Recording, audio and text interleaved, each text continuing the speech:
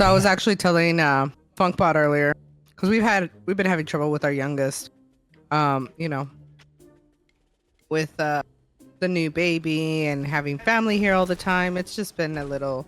She's been having some adjustment issues, and she's been giving us a really hard time going to sleep.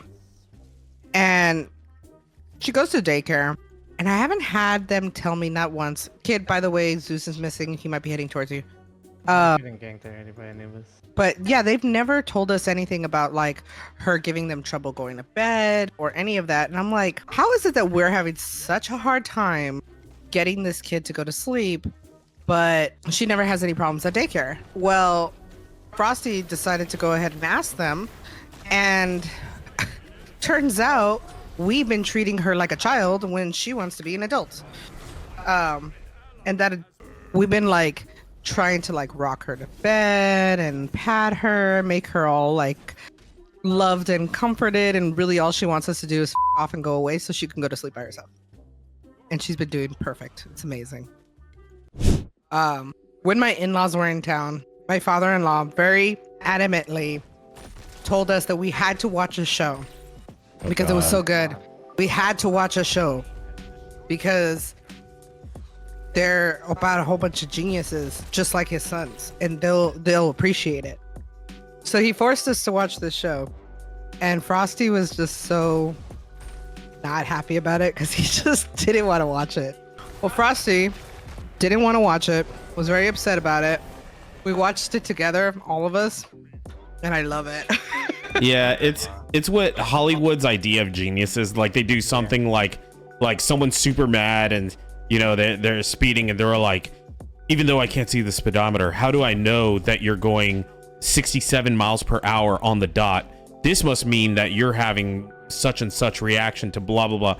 And like there was one, and he goes up to this FBI agent and he's like, do you mind telling me what's going on? You took 47 turns without telling me where we're going.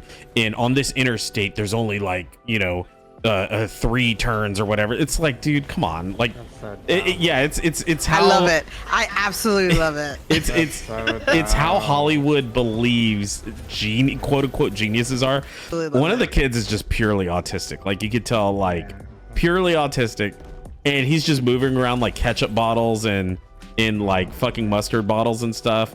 The mom gets mad that he's doing it, and then one of the geniuses comes up and he goes, he's playing chess, and he just beat a grandmaster. Yeah, he just beat a grandmaster, and the grandmaster's like, I got checkmated in 12 moves. It's like, I love it. God, I absolutely love cringe. it. It's so corny. Love it. And Frosty's so bad because he's like, do we have to keep watching this? And I'm like, it's a new show, okay? I've never seen this before. And there's like 5 seasons and there are 20 episodes a season. So yes, you better believe I'm gonna fucking watch all of it. Because it's that, or I'm gonna start watching Stargate again for the 13th, well, probably like 14th time. So now that I have a little bit of time and my music is starting to really stabilize, I was like, you know, I'm gonna focus on my social media because I've kind of been slacking on it, minus the videos, but you know, I've kind of outsourced that. And so I decided I'm gonna go through the last year's worth of anything past a year is probably not good. So I'm gonna go through the last year's worth of clips, and I'm gonna start scheduling them to release on TikTok and Twitter.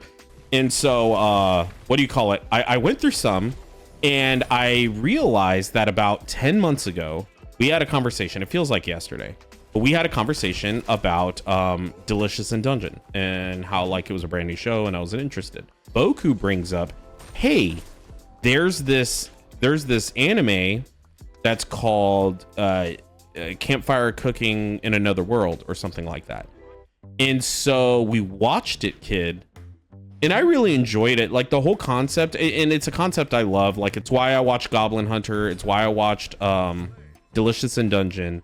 Like, it has to do with a medieval party, like Konosuba, a medieval party, and they work together and blah, blah, blah.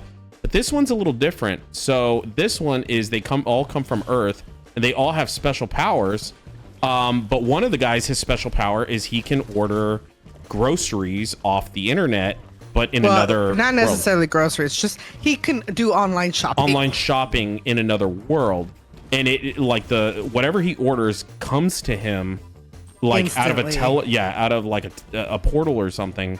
And then he has an item box, like a little portal, and anything he puts in there, it like preserves indefinitely. And so, you know, he decides, well, I'm going to make it through this life using this special power. And so he finds like all of these, here, Red's open. He finds this party, like this great party. He's like, hey, I'll cook for you guys. You guys just need to get me here. I have some money. I'll go ahead and pay you, whatever. And so then while he's in the party and they're, you know, traveling, there's this giant, it's called, in this world, it's called a Fenrir. It's a level A or whatever, you know, like beast. But he's a big gray, like demon wolf. But the way he can talk and he's very pompous. He reminds me of our older husky Icarus. Like holy, like man, like he's so cocky and he's so demanding and he's always posing. And so we're watching it and I'm like, God, this just reminds me of Icarus, dude.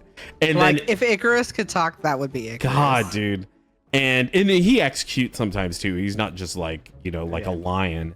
Yeah. But then he's like very stubborn and impatient, but then he'll go into puppy mode, right? I don't know, like it was just funny. It was funny and we enjoyed it.